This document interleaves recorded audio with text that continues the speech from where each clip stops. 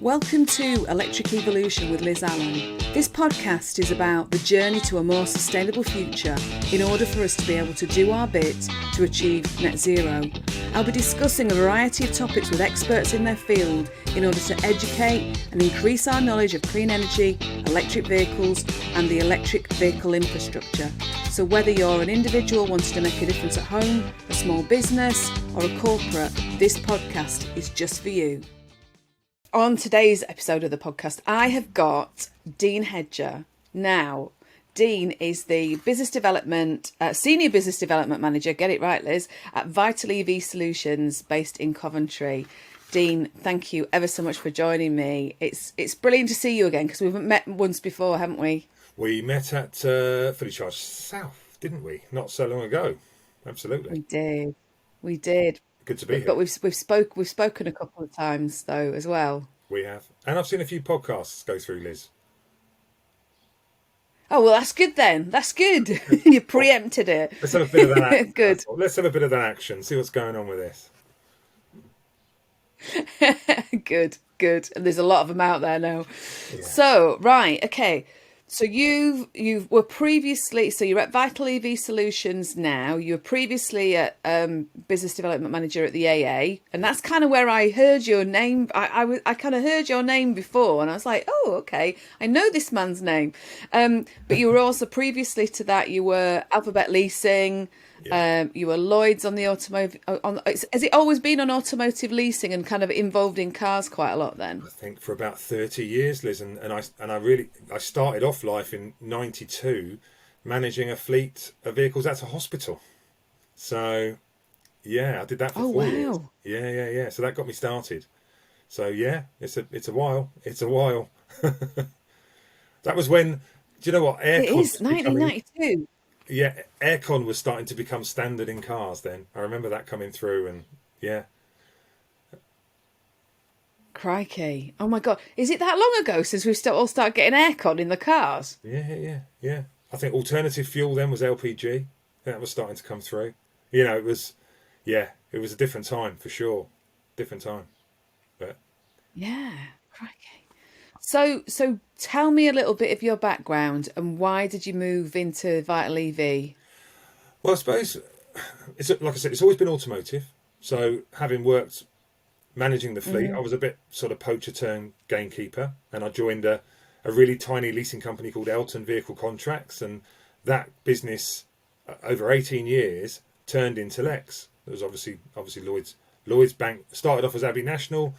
Backed, and then it became Lloyd's Bank backed, so I was there for 18 years. Then I joined Alphabet because Alphabet were looking for a head of public sector, and I was heavily involved in the public sector side of the business at Lloyd's, and that was a great move for me because that got me involved in commercial vehicles more heavily. It got me involved in electric vehicles as well because the BMW strategy, who owned Alphabet, was about putting electric vehicles of any brand out because that would support BMW's kind of i3 aspirations. So I was involved in the kind of Alpha electric product that they had, and that really, I started talking about EVs a lot more probably about 10 years ago.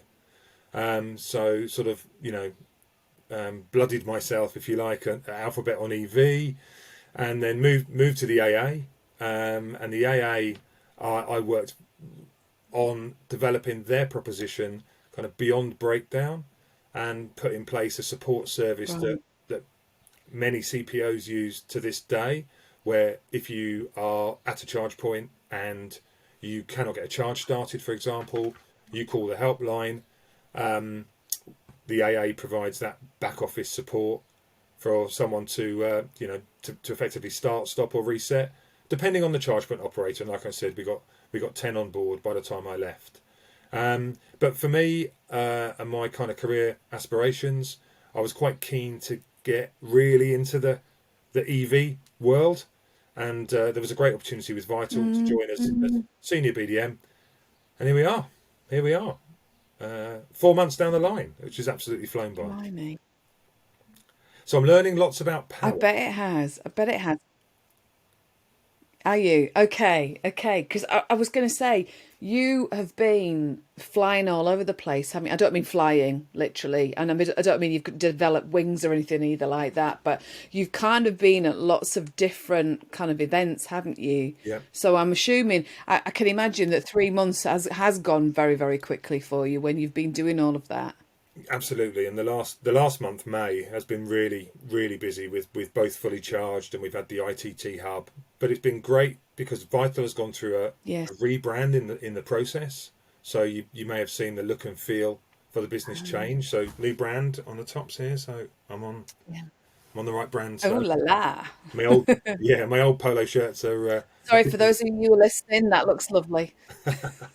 yeah, yeah. For the purpose of the audio, Dean is pointing to a Vital EV logo. There we go. There we go. And Exactly.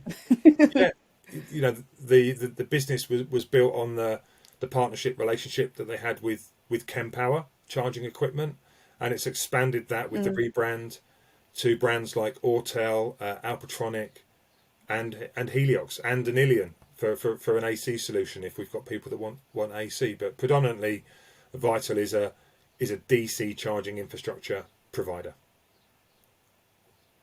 Okay, okay.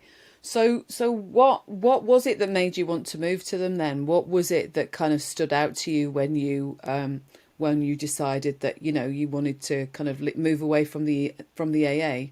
I'd got involved obviously in the EV world quite heavily at the AA, and by I suppose Mm, working very deeply in that EV proposition, I got lots of organisations coming to me offering the services that they provided. So I had a really good view and a good span of what this EV industry was being built like.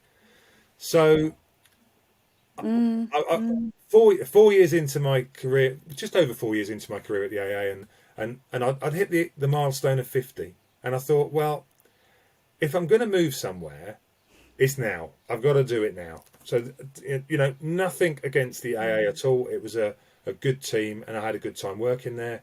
But I just thought there's an opportunity here to get closer to the EV proposition, and I really liked what Vital were doing because the proposition was focused on the DC market, which, as we know, is all rapid. Yeah, So yeah, yeah. it wasn't just the AC proposition in terms of the wall box solutions. It was broader than that, and it was working with a lot of organisations that I'd also worked with in the past, like vehicle manufacturers, leasing companies, fleets, public sector, charge point Mm, operators.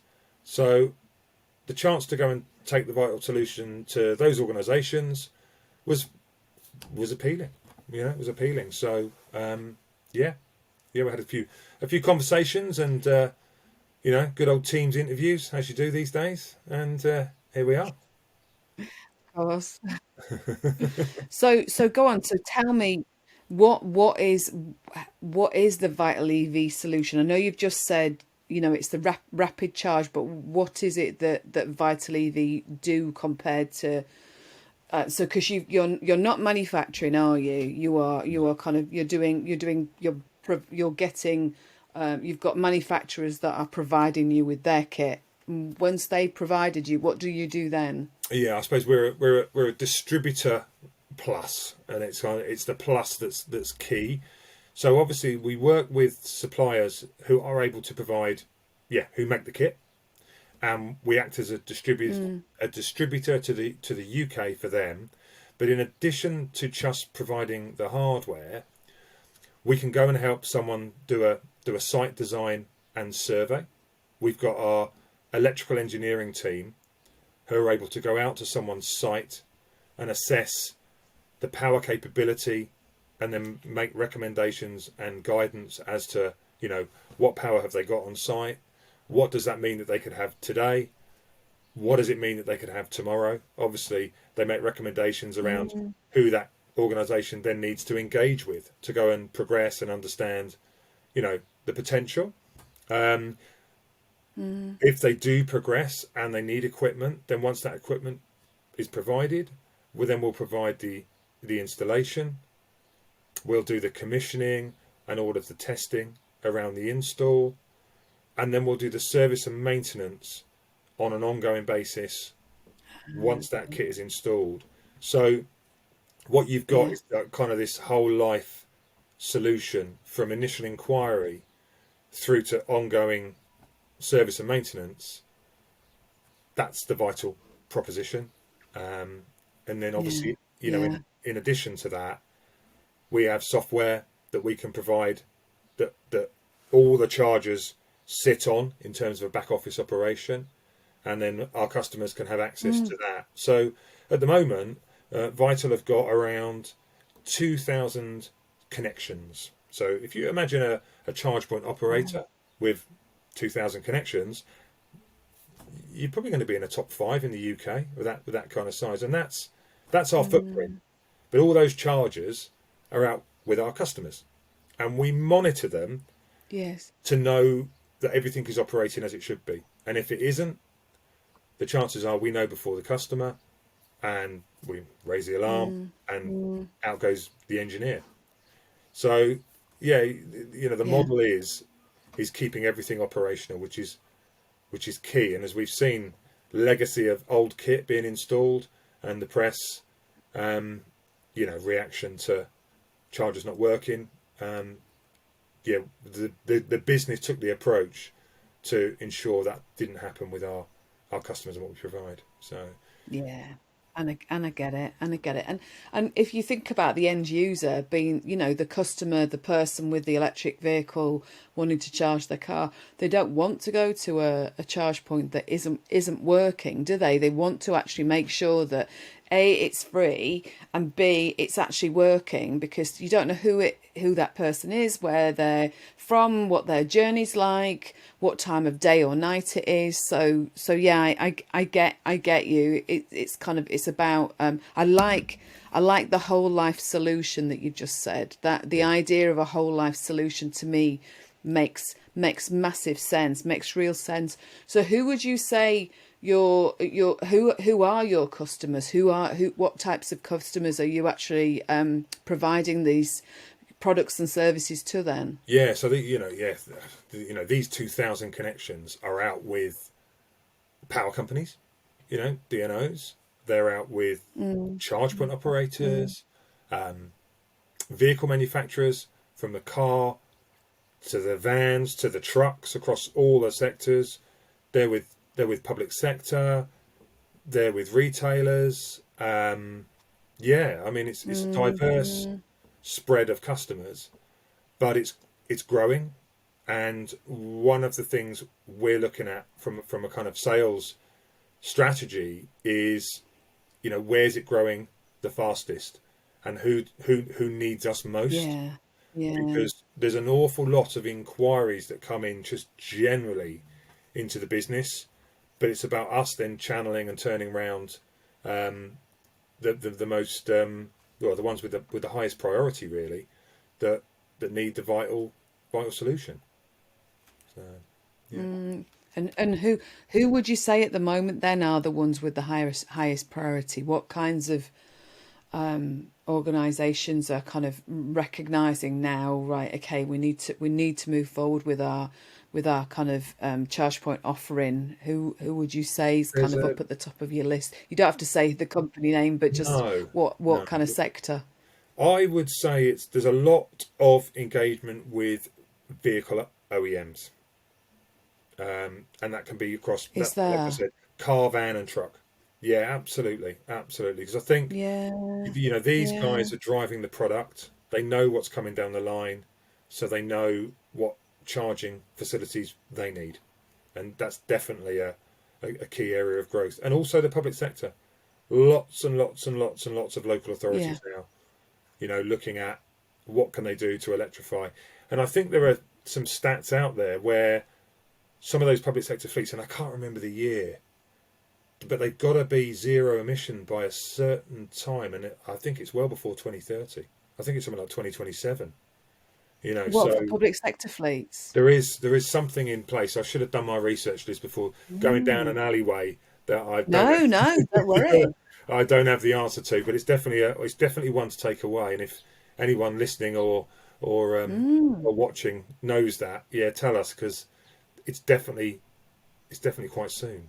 So the other thing about your website that I was looking at, and I really, really like this, Dean, was the fact that it says your vision. So Vital EV Solutions, the vision is to be the most trusted service provider within the EV charging solution sector by setting, and I've got to quote this because I think this is brilliant, by setting world-class customer service benchmarks and transforming customer expectations with honesty, integrity and passion.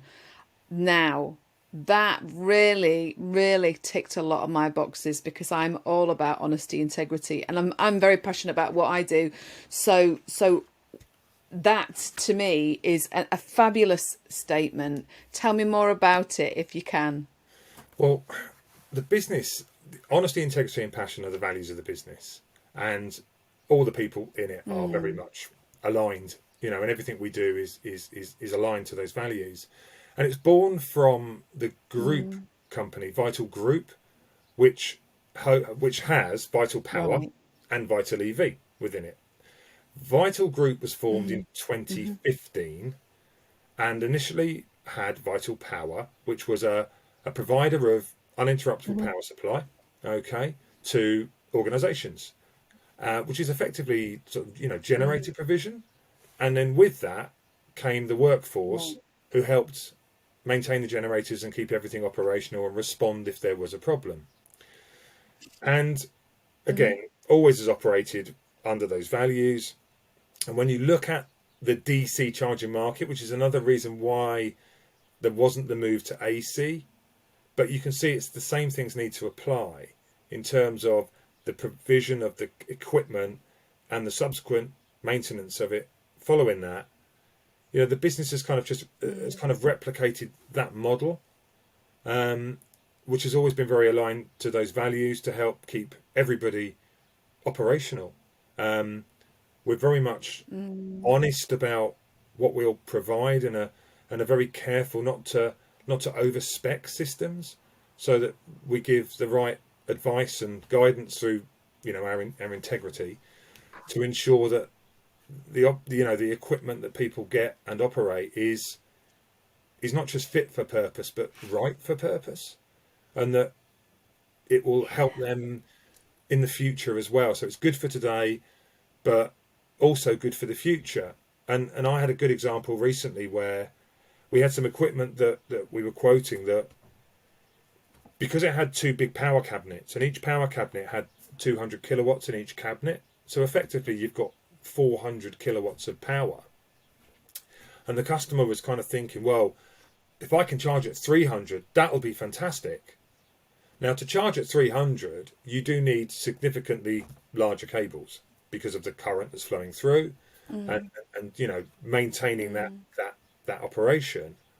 But in the long run, they actually wanted 10 chargers, so they'll only ever, in the long run, be charging at 40 kilowatts. And we said, well, don't go for the expensive stuff now, because it's a short-term solution when your long-term is to have 400 kilowatts across 10 chargers. Let's just work on that, and then we build you up in time. And yeah, completely agree. So it's a good example of, not over-speccing for a short-term high-power solution, when in the long term, you don't need to be that high, and you don't plan to be. So, everything is Yeah. a project. Everything's a project, and we've got project managers within the business that help on exactly that type of stuff. Because it is really easy for companies sometimes to kind of go, oh God, we can do this, we can go above and beyond, we can do blah blah blah and this, that and the other, can't they? Yeah, But actually, is it what the customer wants? yeah. It's easy to tick the EV box and say we've got some chargers in the car park, but are those chargers fit for purpose today, tomorrow, beyond? We've had a lot of organisations over the few years that Vital's been operating, and obviously I'm new to the business, but these are things I've been told, where someone will put some 22 kilowatt AC chargers in, for example, but without really realising that the vehicles only charge at 11 anyway, most of the time, and sometimes even less.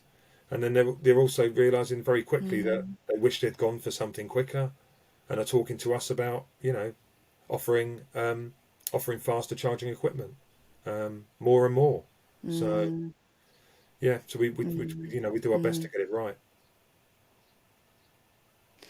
I was going to say it's also about what you're saying there is what does fit for purpose look like, isn't it? It's kind of getting the customers to recognise what fit for purpose actually is, and getting the right equipment for the right for the right purpose, isn't it?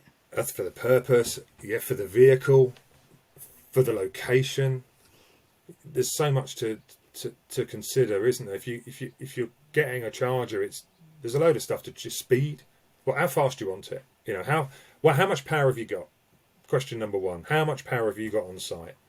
And then, depending on what the capability is, that will then lend itself to the type of charger's speed that you can have. But then, what type of vehicles have you got? What connections do you need for those vehicles? Yeah, Do you want yeah. do you want smart technology on the chargers, or do you not need that? Payment systems, what brand you want. It's not straightforward. It's not straightforward. But then Vital make it straightforward. So there we go. I've got to say But that. I was going to say, and actually, it sounds like you're really getting your teeth into this, which is good. Yeah, and I suppose, like I said, my learning is about power. I'm comfortable with how it gets from the charger to the car or the van or the truck. But it's how it gets to the charger that's been my learning, and just learning about voltage and currents and, some stuff that I'll never fully get my head around. But I've certainly got, in 4 months, a better grasp than I had when I walked in the doors, for sure. Go on, tell me some of your learnings then, because you're probably going to teach me. I mean, there's some bits that I know about, but tell me some of the stuff you've learnt then. Come on, It's finding things out, spill like it. most trucks will need 800 volts to charge. Most cars will need Right, 400 okay. volts, 400 volts to charge.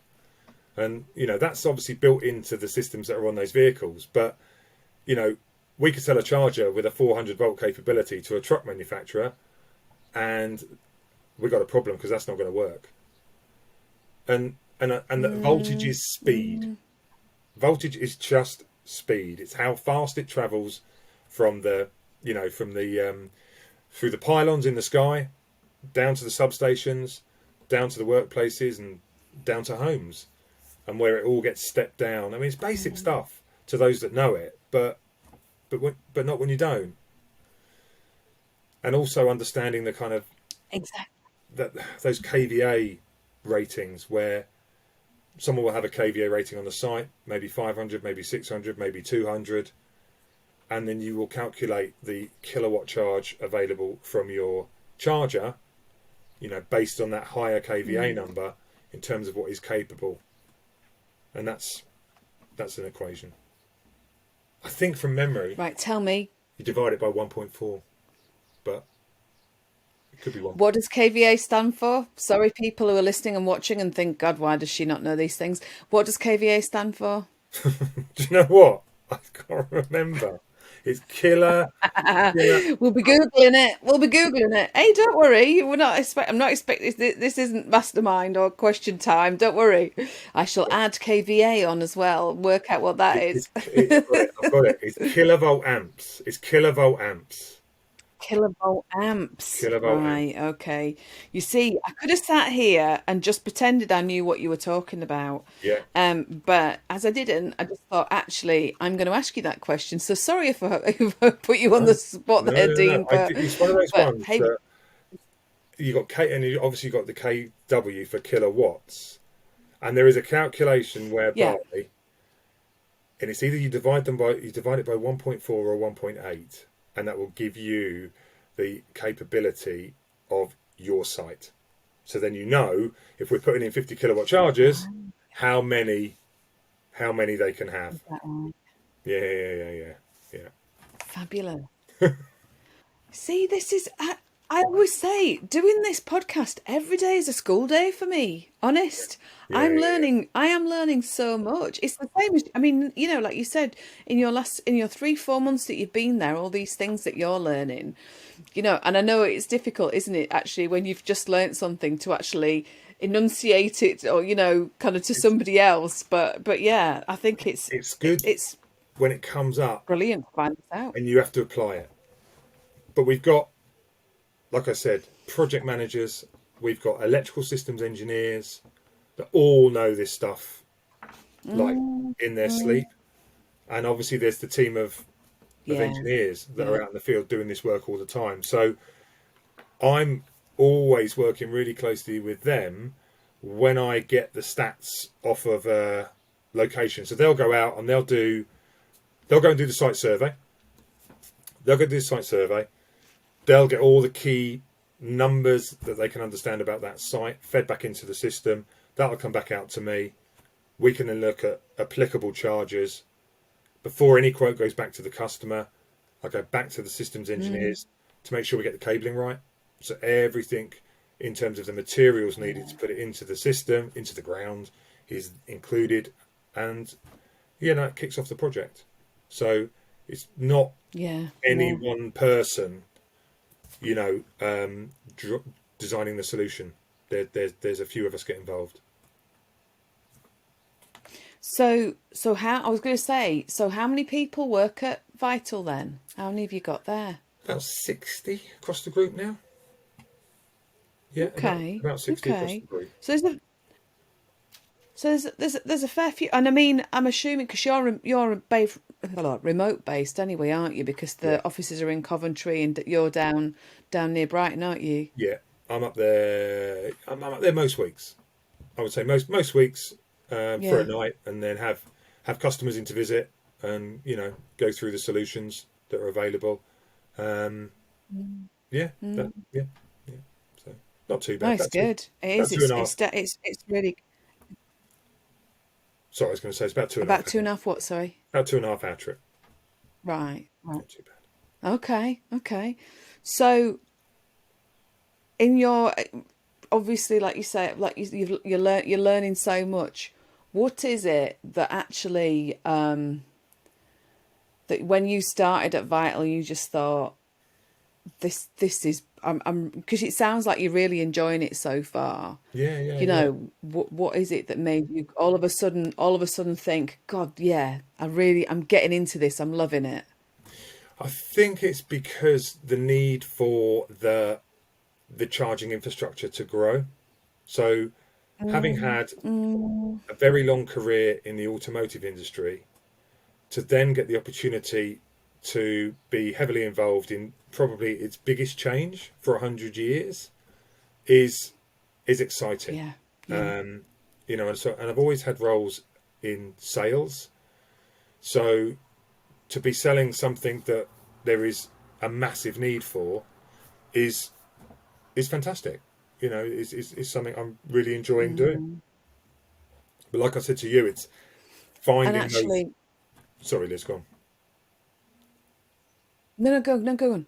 No, it's just finding the right opportunities because they just come. There's so many coming through. Um, yeah, Yeah. it's just finding and doing, and working on the bigger kind of project based stuff that's coming up. And I was going to say, because I mean, looking at the growth of the charging infrastructure, I mean, there has been we talked about it before we started recording, didn't we? There is a lot of negativity around charging, and it does frustrate me a little bit, being kind of it's not as if I've been around this sector for a long time. It's probably about 12 months now, and actually, so as somebody who's come from the outside and started looking in and talking to people like yourself, it doesn't take a long time to actually research the good things.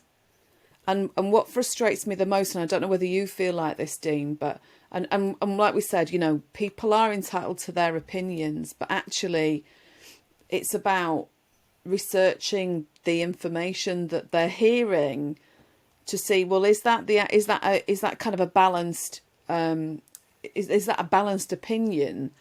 What, is this really true about all of this? I say this to my son. My son's kind of 17, and I kind of say to him when he talks to me about various news articles, and I've said, where are you getting that information from? Is it trusted?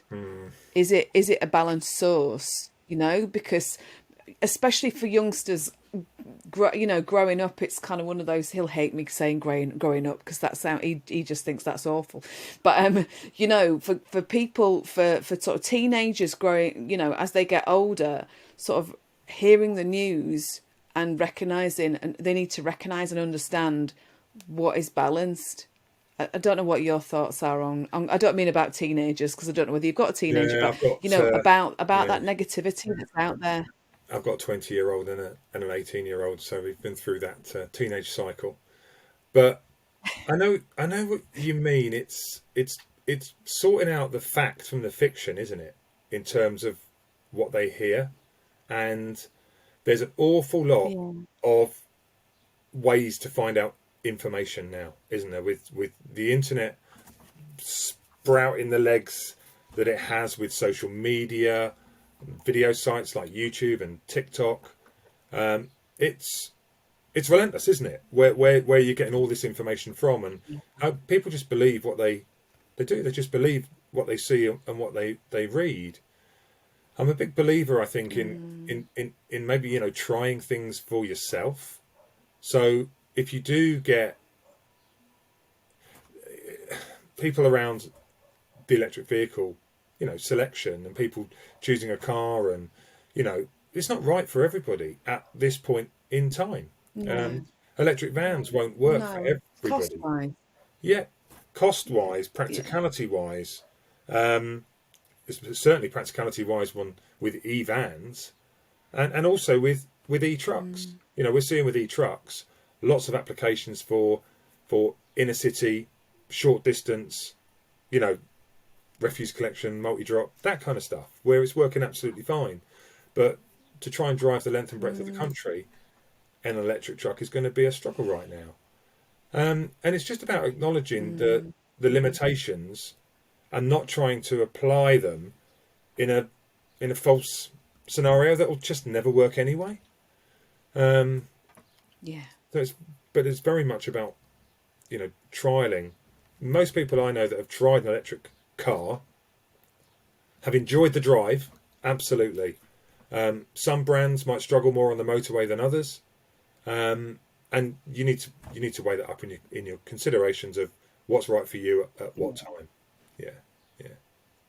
Yeah, exactly. And like we say, kind of over the next few years, hopefully the cost of EVs will come down. I mean, I've noticed that the second-hand car market for certain vehicles has actually started dropping, and actually, I was talking recently to somebody about, kind of, we've never bought a brand new car. I bought one before I moved down from Halifax in 1995. That was the first time I bought a brand new car. And obviously the depreciation was massive at that point. But so actually understanding the used car market for EVs has become quite important to us, because actually we don't need to buy a brand new car. I'm quite happy having one that's a couple of years old. Do you know what I mean? So I think people need to kind of just start looking to the used market as well, and then hopefully things will start changing with regards to cost, and like I say, and sort of price parity and everything like that over the next few years. Fingers crossed. Anyway, my wife's next car will definitely be a used EV, because at the moment she's got a little Fiat 500 that's probably getting on for about 8 years old now, 9 years old, and when that has become beyond economical operation, we will definitely change to a used EV, probably one of the early Nissan Leafs or Renault Zoes. But I think a key consideration is around battery capability, and it seems that the validation that people talk about. Oh, they'll only last 10 years or 7 years. That doesn't seem to be true. There's some Teslas that No. I've seen some articles on only this week talking about minimal impact on the charge capabilities, talking about, once it could charge to 225, now it charges to 175, and it's 10 years old. And the tech's got better since then. So hopefully Yeah. that's a bit of a misnomer. Time will tell, but Yeah, I'd agree, and I think we need to probably talk to you and McTurk about that, don't we? But I agree, and I've heard some vehicles have got to like 200,000 and they're only kind of, it's sort of degraded by about 1 or 2%. it's nothing, So is it? Nothing. actually it's not it is just it, it's FUD, isn't it? Really, it's kind of fear, uncertainty, and doubt, and the thing that kind of bothers me is that people jump on the bandwagon with the FUD, for their own reasons. We would talk, this the whole hoo-ha that's been going on about Rowan Atkinson's article about electric cars and all sorts of stuff like that. But there will be these people, they are entitled to their opinions. I'm not saying that they're right. They should have actually done a bit more research rather than just, being allowed to kind of write something that wasn't necessarily 100% correct. It's But, so new, isn't it? it's It's yeah. so new, and it's changing all the time. That your facts one day, you kind of almost need to kind of research them again for the next, because everything's evolved so much, and battery technology is changing and evolving, and solid state batteries will be coming down the line fairly soon. So it's exciting times. It is, and actually, I think once we can prove that there's that there's a wider network of charge points, because actually, I think there was something from Ian Johnston of Osprey on LinkedIn this morning, talking about he was kind of up against sort of what the negativity that been happening. I think there's something like 42,000 charge points that are actually out out there Public, at the moment. yeah, public ones. And they were it was talk also. Sorry. Public ones, isn't it? Yes. Yeah, Yeah. And he was also talking about the figures that have been released, the negative figures about the low, saying there were low numbers, but actually weren't taking into account the home charge points.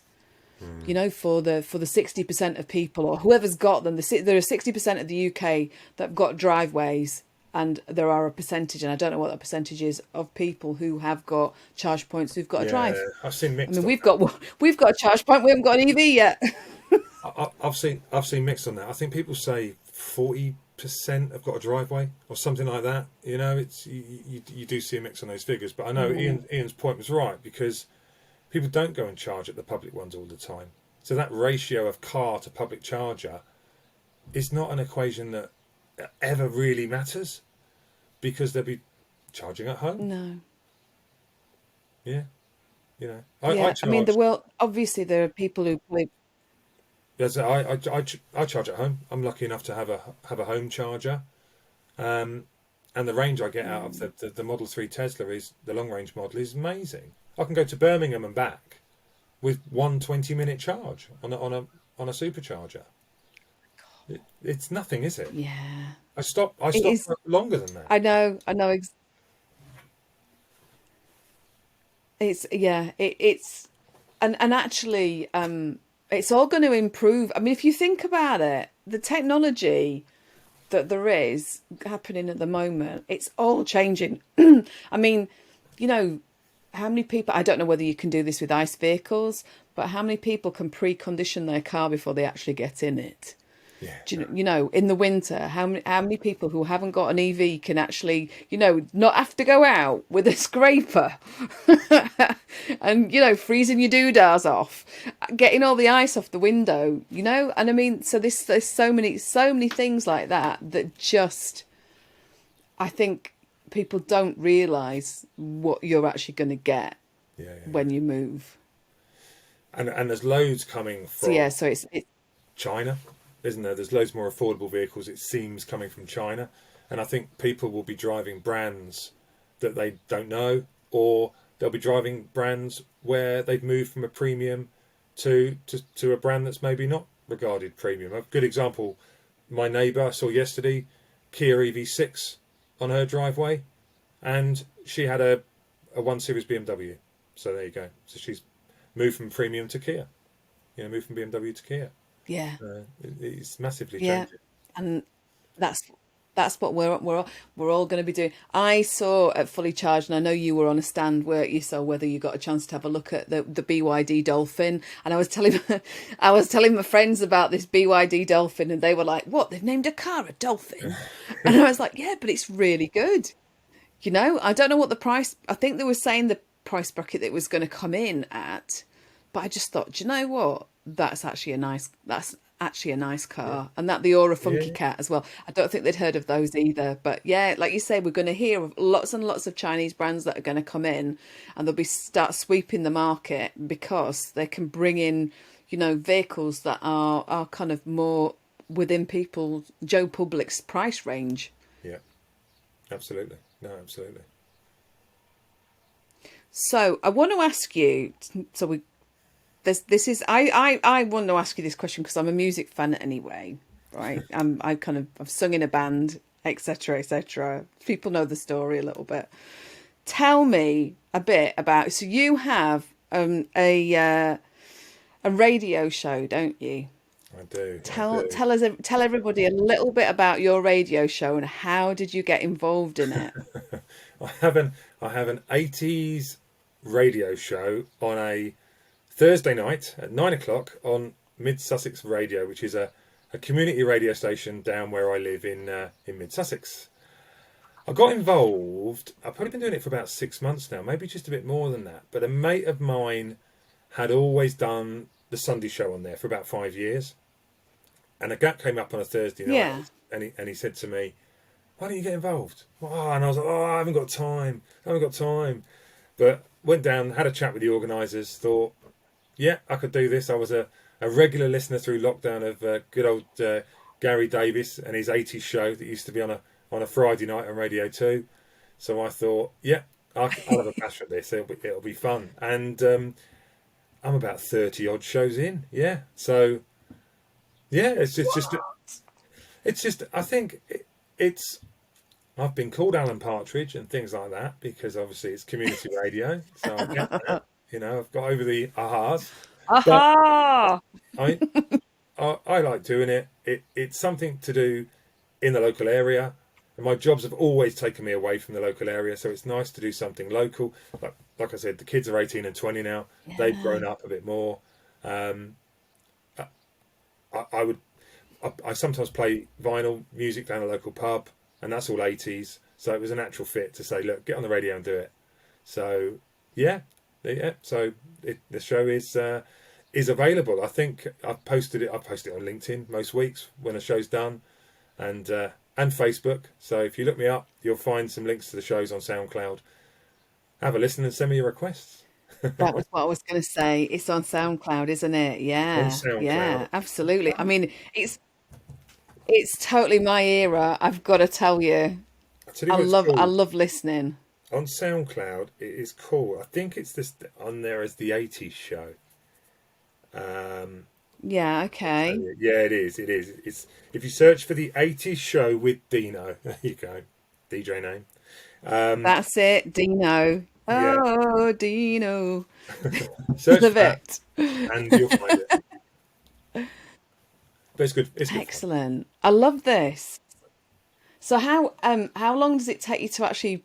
So I can't remember. Is it an hour? Is it an hour or it's how 3 long hours. Is it? It's 9 till midnight on a Thursday. Oh my God! Okay. I've done a few live, right. But obviously because of the time, I can record, from home on them and sort of what they call is seg the show, and so I'll put in the songs I want, the features I've got, the album of the week. There's other things in there like. What are the features we've got in there now? We've always got a feature on what Graham Down My Road wants to hear this week. That's the regular request there. We've got Under the Covers, stories of songs in the 80s that were covers from previous. There's all sorts goes in. and I can record it either at the station or sometimes here. So yeah. Oh, brilliant. So how long does it take you to put together then if it's 3 hours? It must take a little while. Do you know what? It probably takes a couple, if I'm honest, because I write my script, order the songs, and then do the recording. So it's probably 2, maybe 3. I sort of do it in bits and bobs sometimes. So not a massive amount of time, but a bit of fun. And I will, I think, in time, when I've got more time, go and do more at the station, do more live. They always want someone to cover the breakfast show one day, and the afternoon show another. But when I've retired, maybe there's a bit of a future down there in community radio. Do you know, you've inspired me? I might have a nosy round for my local community radio and see what's going on. There's that sounds brilliant. There's a Facebook page called the Internet Radio Group, I think, and there's loads on there. Because you can do it. Okay. Look, there we go, I think. There we go. Look, there we go. There's the evidence. I can't totally see that at the moment. Was that your mic? It was the mic, yeah. It's just above here on a frame. Oh my goodness. Yeah.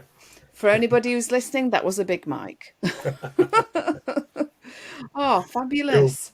Cool. Right, well, I'm going to check the internet radio I can have a nosy for that, can't I? And if you want to listen to Mid Sussex Radio, it's midsussexradio.co.uk /listen, and it's on 24/7. But obviously 9 till midnight on a Thursday. And it's always good to actually have a bit of an insight into kind of what obviously what you do at work, but also what you do kind of like, everybody likes to have a bit of downtime. I don't seem to be getting enough downtime at the moment, so I may actually start doing a bit of music stuff myself. So why not? Good on you. I like it. Yeah, it's all good fun. It's all good fun. Hey, well, listen. Finally, I want you to just tell us how to contact you. Where's the best place to contact you if people are interested in actually having a chat with you? Right, you can get me on LinkedIn. So obviously Dean Hedger on LinkedIn. Or you can email me at the Vital email address, which is dean.hedger@vital-ev.co.uk. I'll give you my mobile numbers. 07742. You don't need to do that. That's fine. You don't need to do that, honestly. Phone numbers. Okay. That's fine. That's it. No, that's it. Well, no, I just don't want you getting spammed by people. They might ring up with requests. Okay, so don't ring up with requests. Well, there might be that. What about? And you've also got a YouTube channel, haven't you, as well, for Vital EV? Vital EV. I've got Vital EV TV. Yeah, where you'll find Series 1, and I believe. Well, I know this, but I can tell you this: Series 2 is in the edit. It's not in the can. Is in the edit, as they say. That's being dealt with now. So that'll be out soon. Brilliant. Okay, so that's fabulous, and so you've given all the details that everybody needs. Please, anybody who's interested, have a chat with Dean. You don't need to ring him because he's only given half his mobile number, which is good. But you can email him and you can contact him, and it's been really, really lovely talking to you. Kind of talking about work and a bit about your kind of what you do in your spare time. It's always good to find out a little bit about that. So thank you ever so much for your time, my love. Thanks, Liz. Nice to take part. And listen, it's great, honestly. And listen, to everybody else, I just want to say thank you for watching. Thank you for listening, and I'll see you next time. You've been watching Electric Evolution with Liz Allan. Don't forget to subscribe and click on the bell icon, and you'll receive all of our weekly videos. Thanks for watching. See you soon. Bye.